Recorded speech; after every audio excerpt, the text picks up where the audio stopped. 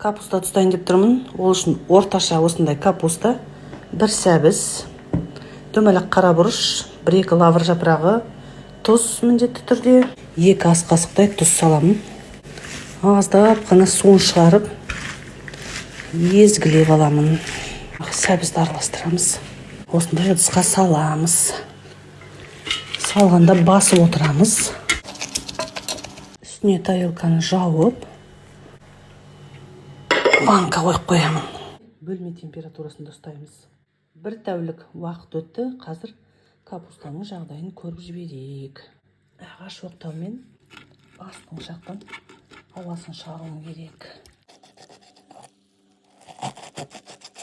Осы қалпында тағы бір күн қалдырамын. Қайтадан банканы қойып қояйық.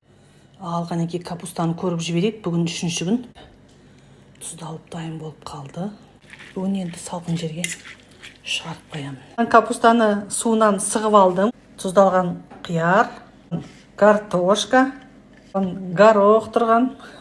Қызылшаның бояуы салатқа жайылып кетпеу үшін бұны өзім бөлек осылай маймен араластырып аламыз.